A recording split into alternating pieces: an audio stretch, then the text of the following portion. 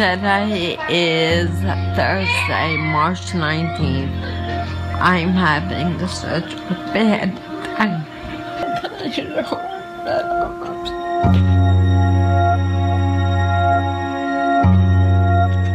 No one knows what they have until they lose it.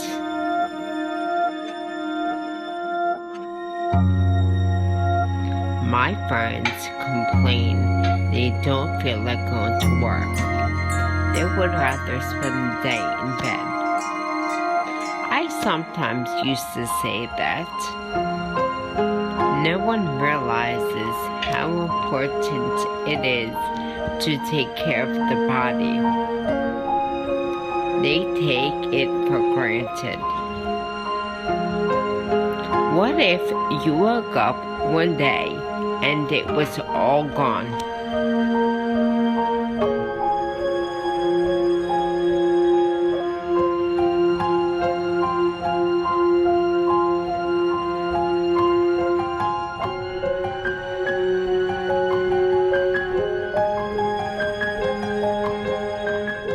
As a child, I was very active. I wanted to be the best at anything I ever did. I was involved in dance, ballet, gymnastics, and cheerleading. I went to college and my degree was in psychology. However, my heart was always into fitness. So that's why I got my certification. My name is Christina Aivazoglou. I am 39 years old and I have MS. They diagnosed me with MS, which is a primary progressive kind, and I was diagnosed 8 years ago. It was August of '06. I first saw Christina in 2006 as a neurological patient in my practice. She originally came to me with some buzzing in one of her ears and vertigo. I actually subjected her to a complete neurological exam. This showed holes in her brain, actual punched out lesions, and to my surprise and dismay, the MRI showed signs of MS. Having MS, the best way for me to describe it is when you are trapped in your own body. My body every day wants to race to get from one point to the other, but the reality of it is it will take me a long time to do it. When I was in my 20s or my late teens, I was a very active person. I loved going to the gym. I used to go to the gym every day of the week. I tried never to miss one single day. I was so into fitness. I would watch what I ate. I ate very healthy, so that's why I got my certification. After I got certified, I was living in Florida with my husband at the time, and I used to love waking up in the morning, going to my job every day, because it was something that I enjoyed to do. Then I have to say, I did start noticing little things. I remember I was working out and I was pulling the bar down, and the one side was stronger than the other. As you can see right now, my left side is completely useless. I have to assist it with my hand. But when I was saying them to my husband, he kept saying, oh, it's probably because you work out too much. That's why your leg hurts. That's why maybe you're tired. Maybe you should take off a day. I was working out with my friend, and she noticed that after I was working out, my speech would start to go. And she said to me, Christina, please go get checked. Please go get checked. I let it go for a year. Then, the one day I will never forget, I went to the Chinese restaurant to go get takeout. As I was walking to my car, it was like somebody pulled the carpet underneath my legs. I just fell down. Hello. I got my daughter off to school, and I just came down to the couch. And if I can hang out here until she gets home from school, but like an hour and a half before she gets home, I have to get myself ready because I gotta put a brave smile on for her and have her think that I was out doing things. Although I just sat here and just watched TV and got on the computer. And pretty much that's what I do all day. Fun, right? Sure, ready. All right. Hi, I'm Dan. I'm Christine's nurse, infusion nurse, and I visit her once a month to start an IV and give her something called immune globin, which is the portion of the blood that contains antibodies. And this helps her own immune system to kind of relax, take a break, and not do the bad things it does to cause her MS symptoms. So she's one of my best patients.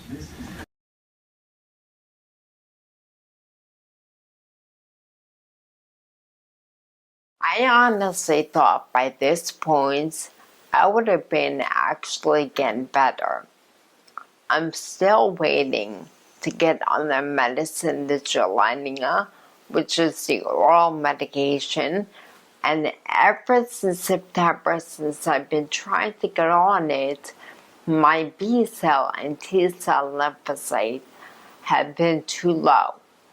I honestly had such high hopes if I were going to be taking this medication, I would have been on my way to getting better. But instead, I fell and I got worse. Every morning, I begin my day out with a shake, and my mother actually has to make the shake for me because I cannot do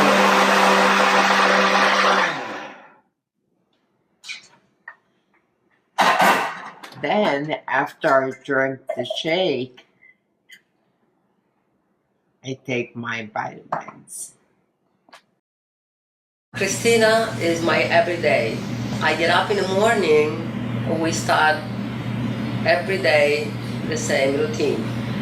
I have to make her breakfast, I have to help her put her clothes on, I have to wash her hair, I have to blow dry her hair, I have to do everything for her, then I have to put her shoes and leave for therapist. I'm her right hand, like without me, I don't think she's gonna be able to live her life. So life changed for everybody, even special for Christina, but for me too. But I'm never gonna leave her. I'm gonna be next to her forever. Hi, I'm sitting here waiting for Paris to get off the bus. Here she is. And this is who I live for each and every day.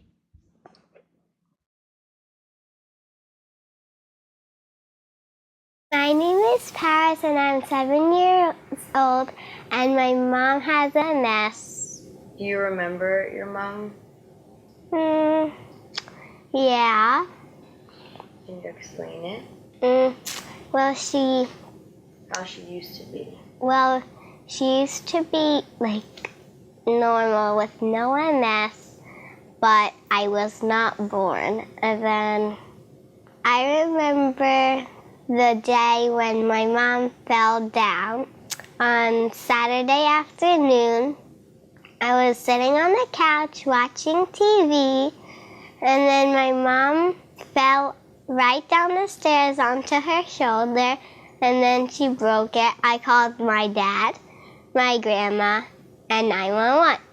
I started helping her when she came back from the hospital, And then after a few weeks, she got better. And then when she was like 4 weeks later, she was better, but she only was allowed to be in a wheelchair and sometimes the couch, but a lot of times the wheelchair.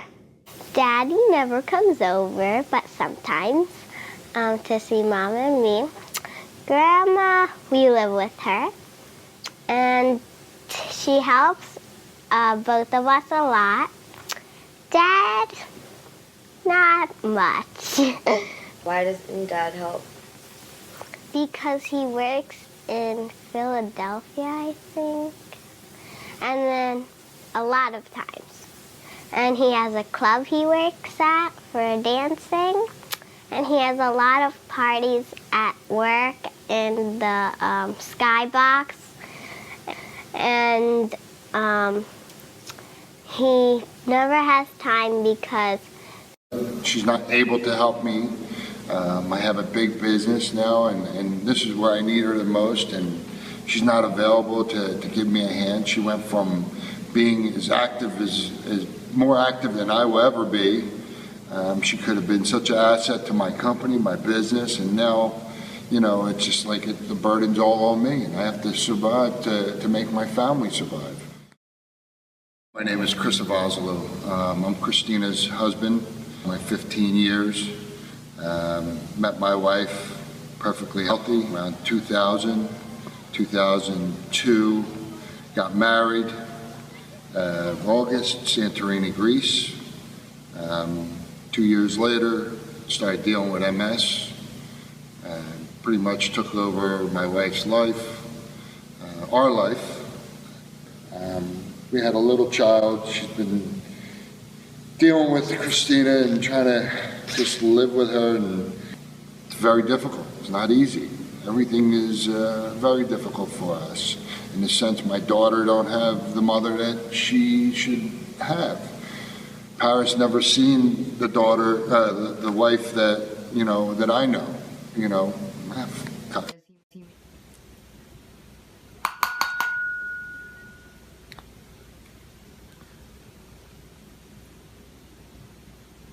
Anytime I need a snack, my daughter always gets it for me. Right now it's like 3 o'clock, so I need to take my medicine, which requires some food.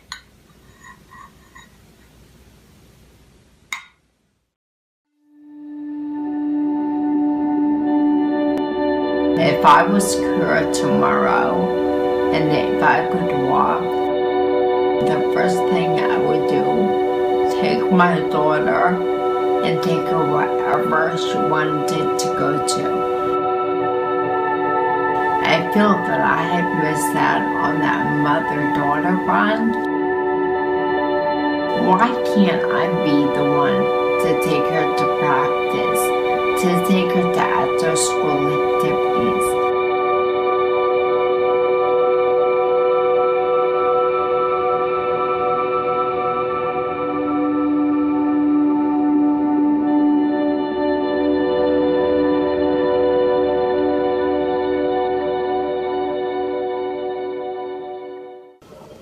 Hi. I just wanted to tell you, yesterday I went out to eat with a friend of mine. And we were talking, and you know what? I've had MS for 8 years. Look at the damage it has done in 8 years. I'm so afraid to see what's going to happen in 8 more years. I can't plan for anything. I can't do anything. Because I don't know what's going to happen. And that scares me to death. One thing that I would like the MS Society to know. Enough of this medication for relapsing remitting MS. The people that are in a lot of pain that go through frustrations each and every day. We don't have any medication. What am I gonna do with the medication in 20 years from now? I want the medication now so I can be more active and I can be more with my daughter versus her helping me. I'm supposed to be the mother, the one helping her. So far, in the interval between May of 2014 and February of this year, 2015, Christina has not seen a perceivable result. Christina is facing some huge challenges at this time. She considers herself part of the orphans of MS, that is, the 10% who are most severely afflicted and who most are in need of new treatment. The problem is, this disease has basically sapped the family of all their resources. All the money she spent on traveling to Northwestern, all these very expensive drugs, she doesn't have the money to travel to Israel. She doesn't have the money to fly to Europe, where they're much more aggressive with R&D, research and development. She's really in a catch-22 state, and worse yet, the government isn't subsidizing these expensive medicines, and the big pharma, they are targeting these other subsets which are easier to treat. So people like Christina with chronic progressive MS, they are not getting studies for her, but instead for the easier to treat forms of multiple sclerosis. So many times at night when I fall asleep, I have dreams, different dreams. I guess that when I regress back to my youth, and it's like dreams of me going to Greece, dreams of me being very, very active, doing things, using my legs, walking, climbing, running. Something that's what would mean the world to me. Regrettably, so many other than her with this disease of MS have given up. They've lost hope. But Christina is exceptional in the fact that she never loses her energy or enthusiasm. Just when she was an athlete, she would never give up when she was running. And I've always told her I'd be there, and I will never extinguish the flame of hope for Christina, and I won't rest until we find a cure for this disease. One thing I do know is Christina's a fighter, and I will back her up in anything she wants to do, in the sense of going into any study she wants to go to. She's been battling with this for such a long time, and I just won't give up, and she won't give up either. We're fighters. We have a little child, and we just want to make sure that if there's something out there that's going to help her, we're gonna figure out a way to get some help, and that's as simple as it's going to get. What if one day I woke up and the disease was gone, as if I kill it before it kills me? That's the day I wait for. That's the day I fight for. The day I'm able to walk again.